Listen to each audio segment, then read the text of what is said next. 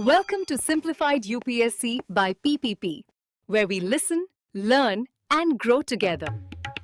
Detailed lecture notes in English and Hindi, plus practice questions for prelims and mains, only on our Telegram channel. Link in description. Like and subscribe for more. Simplified UPSC by PPP में आपका स्वागत है। आज हम NCERT कक्षा 12 भूगोल की किताब इंडिया, पीपल एंड इकोनॉमी के एक बहुत ही ज़रूरी चैप्टर पर बात करने वाले हैं। चैप्टर 6 जल संसाधन यानी वाटर रिसोर्सेज। ये टॉपिक आप जानते ही हैं, यूपीएससी प्रीलिम्स और मेंस दोनों के लिए काफ़ी अहम है। बिल्कुल।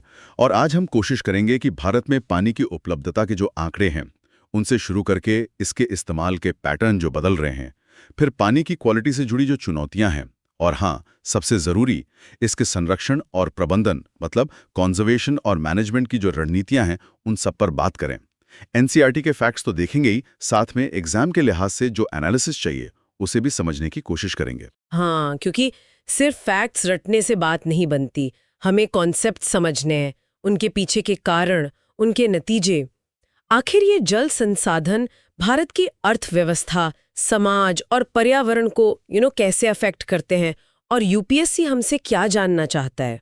तो चलिए शुरू करते हैं भारत के जल संसाधनों की जो पूरी तस्वीर है उससे। सबसे पहले ये समझते हैं कि भारत में पानी है कितना, मतलब उपलब्ध कितना है। पानी एक चक्रीय संसाधन है, ये तो हम जानते हैं। धरती पर तो बहुत पानी है, पर मीठा पानी, फ्रेश वाटर, वो तो लिमिटेड ही है। सही कहा। दुनिया के सतही क्षेत्र का करीब 2.45% भारत के पास है और दुनिया के जल संसाधनों का लगभग 4%, लेकिन दुनिया की आबादी का करीब 16% यहीं रहता है। तो उपलब्धता की बात करें तो दो मेन सोर्सेज हैं, सतही जल यानी सरफेस वाटर और दूसरा है भूजल, ग्राउंड वाटर।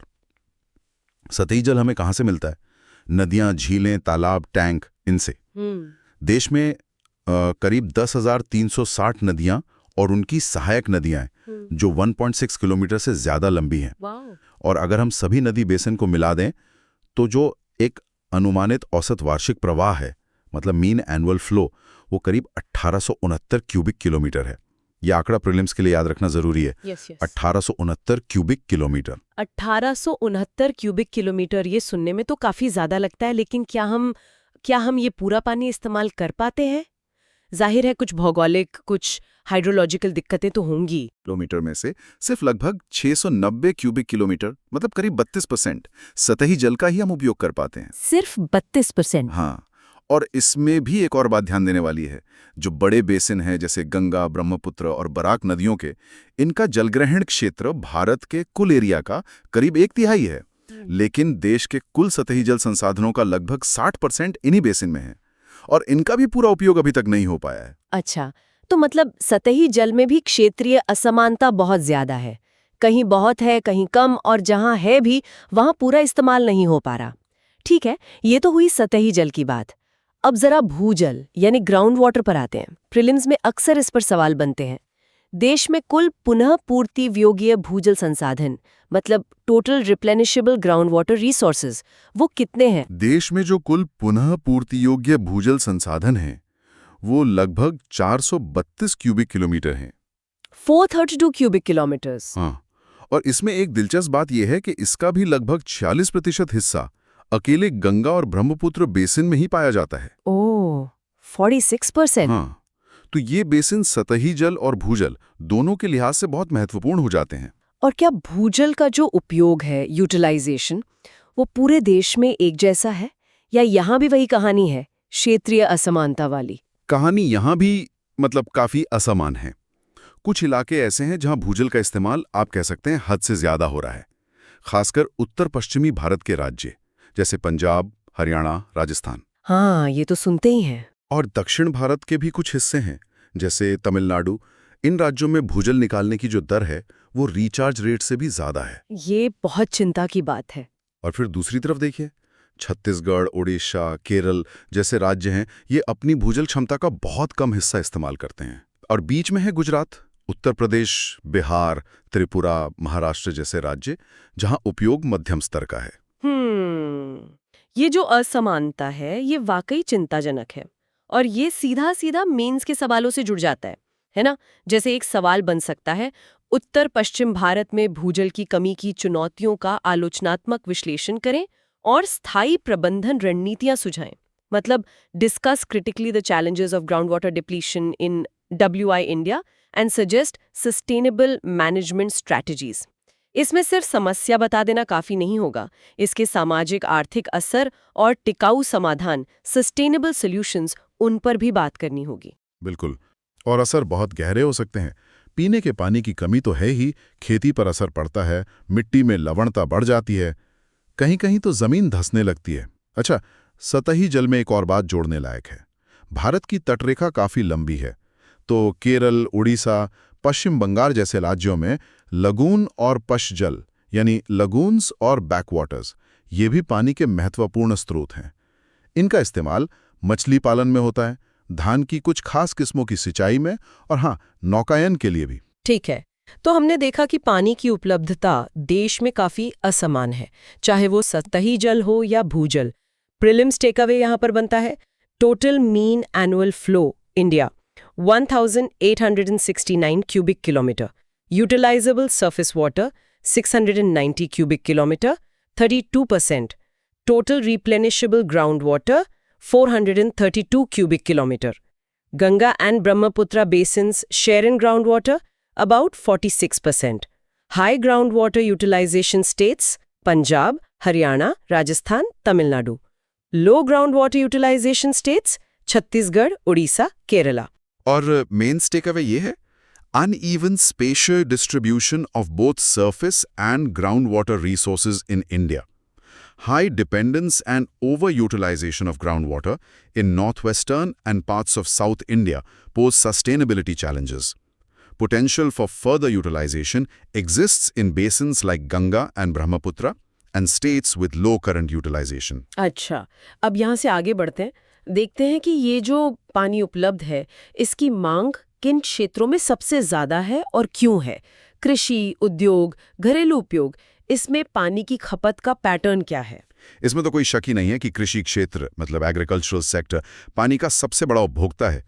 आंकड़े देखें तो सतही जल का लगभग 89% और भूजल का करीब 92% हिस्सा कृषि में इस्तेमाल होता है। 90% के आसपास। हाँ, ज्यादातर सिंचाई के लिए।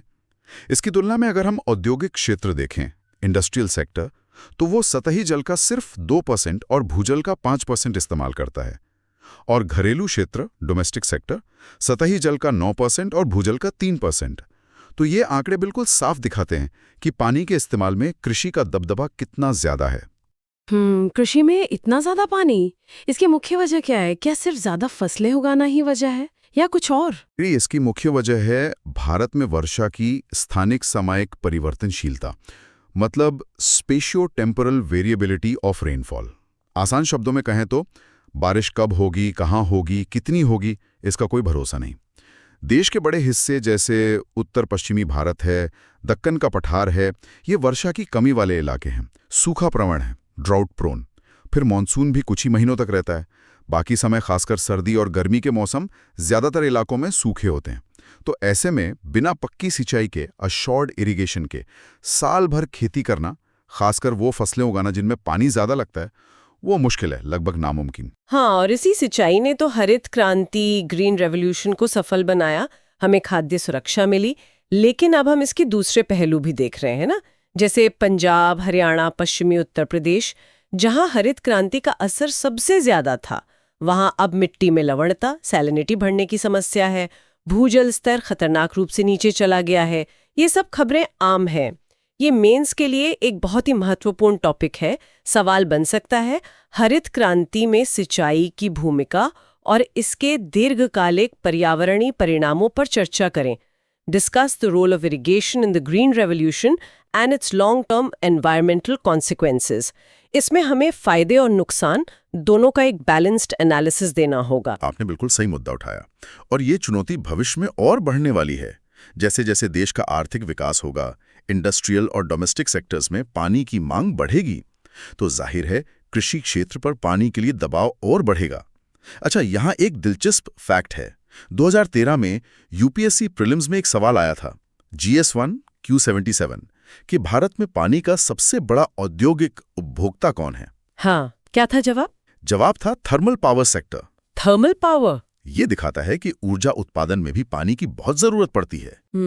तो ये स्पष्ट है कि कृषि पानी की सबसे बड़ी उपभोक्ता है और इसकी मुख्य वजह बारिश की अनिश्चितता है और भविष्य में औद्योगिक और घरेलू मांग बढ़ने से इस पर दबाव और बढ़ना है। प्रीलिम्स टेकअवे इस सेगमेंट का largest water consumer sector agriculture 89% surface, 92% ground. Industrial sector usage 2% surface, 5% ground. Domestic sector usage 9% surface, 3% ground. Key reasons for irrigation need: spatio-temporal variability of rainfall, drought-prone areas, NW India, Deccan, dry seasons. Major water consumer industry as per 2013 PYQ, thermal power. Or means takeaway: agriculture dominates water demand, driven primarily by irrigation needs due to rainfall variability. While crucial for food security, like Green Revolution, intensive irrigation has led to negative environmental consequences like soil salinity and groundwater depletion in certain regions. Future development is likely to increase water demand from industrial and domestic sectors, intensifying competition for scarce resources. ठीक है, तो पानी की मात्रा, उसकी उपलब्धता और मांग की बात हो गई। अब उतना ही जरूरी मुद्दा है पानी की गुणवत्ता, वाटर क्वालिटी। बढ़ती आबादी, औद्योगिकरण, खेती में रसायनों का इस्तेमाल, इन सब से पानी की गुणवत्ता लगातार घट रही है। जल प्रदूषण एक बहुत गंभीर समस्या बन चुका है। हाँ बिल्कुल, जल गुणवत्ता का सीधा मतलब है पानी की शुद्धता। मतलब उसमें बाहरी और अवांछित चीजें, अनवांटेड फॉरेन सब्सटेंसेस न हों। जब पानी में बाहरी पदार्थ मिल जाते हैं, जैसे कि सूक्ष्मजीव, माइक्रो ऑर्गेनिजम्स, या रसायन, केमिकल्स, या फिर औद्योगिक कचरा, इंडस्ट्रियल वेस्ट, घरेलू गंदगी, डोमेस्टिक वेस्ट, या खेती से आए उर्वरक और कीटनाशक, तो पानी प्रदूषित हो जाता है, पोल्यूटेड, और फिर वो इस्तेमाल के लायक नहीं रहता, या कम से कम उसकी उपयोगिता घट जाती है। और ये प्रदूषण सिर्फ नदियों या झीलों तक ही नहीं है, ये भूजल को भी बुरी तरह प्रभावित कर रहा है ना? भारत में कौन सी नदियां हैं जो सबसे ज्यादा प्रदूषण का शिकार है? देखिए, दुर्भाग्य से हमारी कई नदियां प्रदूषित हैं, लेकिन गंगा और यमुना, इनका नाम सबसे ज्यादा आता है। खासकर मैदानी इलाकों में, जहां आबादी का घनत्व ज्यादा है, औद्योगिक गतिविधियां ज्यादा हैं। इन इलाकों में नदियों का पानी सिंचाई, पीने, नहाने, उद्योगों, हर चीज के लिए बहुत ज्यादा इस्तेमाल होता है। और होता क्या है कि शहरों और कस्बों से निकलने वाला गंदा पानी, अनुपचारित सीवेज, उद्योगों का कचरा, एफ्लुएंट्स, खेतों से बहकर आने वाले फर्टिलाइजर और पेस्टिसाइड्स, ये सब सीधे नदियों में मिल जाते हैं। और समस्या तब और बढ़ जाती है जब गर्मियों में नदियों में पानी का बहाव कम हो जाता है। उस समय इन प्रदूषकों की कॉन्सेंट्रेशन बहुत ज्यादा हो जाती है। और इसका सीधा असर लोगों के स्वास्थ्य पर पड़ता है। ये सिर्फ पर्यावरण का मुद्दा GS3 नहीं है, ये सामाजिक न्याय और स्वास्थ्य GS1, GS2 से भी जुड़ा हुआ है। निश्चित रूप से प्रदूषित पानी पीना मतलब बीमारियों को न्योता देना। डायरिया, आंतों के कीड़े, हेपेटाइटिस, ये सब आम जलजनित बीमारियां हैं, वाटरबोर्न डिजीजेज। WHO का एक अनुमान है कि भारत में लगभग 1/4 संचारी रोग, कम्युनिकेबल डिजीजेज, वो जलजनित हैं। 1/4, ये तो बहुत बड़ा आंकड़ा है। हाँ, ये आंकड़ा अपने आप में स्थिति की गंभीरता बताता है। एक तरफ आबादी बढ़ रही है, तो प्रति व्यक्ति पानी की उपलब्धता वैसी कम हो रही है, और जो पानी है भी प्रदूषणों से खराब कर रहा है। ये वाकई एक विकट स्थिति है। मेंस में इस पर अक्सर सवाल बनते भी हैं, जैसे भारत में नदी प्रदूषण के कारणों और परिणामों की जांच करें, इसे रोकने के लिए नमामि गंगे जैसी सरकारी पहलों की प्रभावशीलता का मूल्यांकन करें। मतलब examine the causes and consequences of river pollution in India, evaluate the effectiveness of government initiatives like Namami Gange. इसमें हमें प्रदूषण के सोर्सेज, इम्पैक्ट्स, सॉल्यूशंस और सरकारी योजनाओं की सक्सेस और लिमिटेशंस सब पर बात करनी होती है। प्रीलिम्स टेक अवे यहाँ पे water quality, purity of water, absence of unwanted foreign substances, major pollutants, micro organisms, chemicals, industrial domestic waste, fertilisers, pesticides, highly polluted rivers, Ganga, Yamuna, health impacts, source of waterborne diseases, diarrhoea, hepatitis etcetera. WHO stat 1/4 communicable diseases in India are waterborne. और mains take away, water pollution from industrial, agricultural and domestic sources is severely degrading water quality in India, impacting both surface and groundwater. Rivers like Ganga and Yamuna face extreme pollution, especially in plains during low flow seasons. Water pollution poses significant public health risks due to waterborne diseases, linking environmental issues with social well-being. तो अब तक हमने उपलब्धता की बात की, मांग की बात की और गुणवत्ता की चुनौतियों को समझा। अब सबसे ज़रूरी हिस्से पर आते हैं, जल संरक्षण, वाटर कंजर्वेशन और प्रबंधन, मैनेजमेंट। जाहिर है, जब संसाधन सीमित हैं, मांग बढ़ रही है और गुणवत्ता घट रही है, तो संरक्षण और कुशल प्रबंधन ही एकमात्र रास्ता बचता है। बिल्कुल। तो कौन सी मुख्य रणनीतियां हैं, कौन से तरीके हैं जिन पर हमें ध्यान देना चाहिए? देखिए, कई रणनीतियां हैं और अक्सर इन्हें एक साथ इंटीग्रेटेड तरीके से अपनाने की जरूरत होती है। इनमें प्रमुख हैं, पहला तो जल प्रदूषण की रोकथाम, मतलब प्रिवेंशन ऑफ वाटर पोल्यूशन। कोशिश हो कि प्रदूषण हो ही ना। दूसरा, पानी का पुनर्चक्रण और पुनः उपयोग, रिसाइकल एंड रीयूज, खासकर उद्योगों और शहरों में ये बहुत जरूरी है। तीसरा, जल संभर प्रबंधन, वाटरशेड मैनेजमेंट। ये एक बहुत ही समग्र हॉलिस्टिक अप्रोच है। और चौथा, वर्षा जल संचयन, रेन वाटर हार्वेस्टिंग, मतलब पानी जहां गिरे उसे वहीं रोक लिया जाए। ये जो जल संभर प्रबंधन है, वाटरशेड मैनेजमेंट, ये कॉन्सेप्ट थोड़ा कॉम्प्लेक्स लगता है, लेकिन यूपीएससी मेंस के लिहाज से बहुत महत्वपूर्ण है। इसे थोड़ा आसान शब्दों में समझाएंगे? जरूर। देखिए, जल संभर या वाटरशेड एक तरह से एक प्राकृतिक भौगोलिक इकाई है। वो पूरा इलाका जहां से बारिश का पानी बहकर एक कॉमन नदी, नाले या झील में इकट्ठा होता है, वो एक जल संभर कहलाता है। अब जल संभर प्रबंधन का मतलब है उस पूरे इलाके में सतही और भूजल दोनों संसाधनों का बहुत ही कुशलता से प्रबंधन करना, मैनेज करना और कंजर्व करना। इसमें क्या क्या आता है?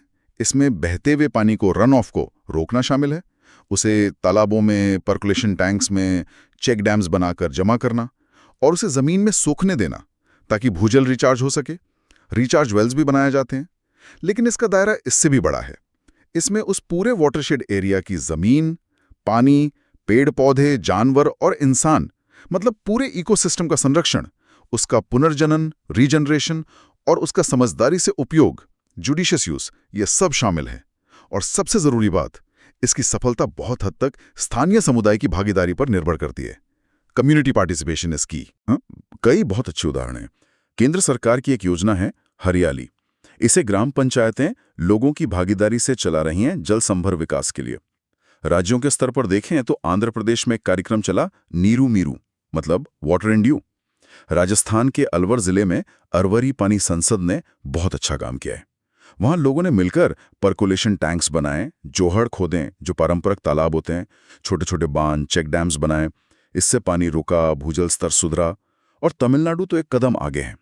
वहां तो सरकार ने कानून बना दिया है कि सभी नए घरों में वर्षा जल संचयन की संरचना बनाना अनिवार्य, मैंडेटरी है। और रालेगन सिद्धि, उसका जिक्र तो करना ही होगा। वो तो जैसे जल संभर प्रबंधन का एक मॉडल बन गया है पूरे देश के लिए। बिल्कुल। महाराष्ट्र के अहमदनगर जिले का वो छोटा सा गांव रालेगन सिद्धि आज पूरे देश के लिए एक मिसाल है। एक रिटायर्ड फौजी अन्ना हजारे, उनके नेतृत्व में वहां के गांव वालों ने जो किया वो अद्भुत है। उन्होंने स्वैच्छिक श्रमदान से, वॉलंटरी लेबर से जल संरक्षण के बहुत सारे काम किए। साथ ही कई सामाजिक सुधार भी किए, जैसे खुले में जानवरों को चराने पर रोक लगा दी, पेड़ काटने पर पाबंदी लगा दी, नशाबंदी लागू की, फसलें भी बदली, कम पानी वाली फसलों को बढ़ावा दिया। ये सब दिखाता है कि अगर समुदाय ठान ले तो कैसे अपने संसाधनों का प्रबंधन करके आत्मनिर्भर बन सकता है।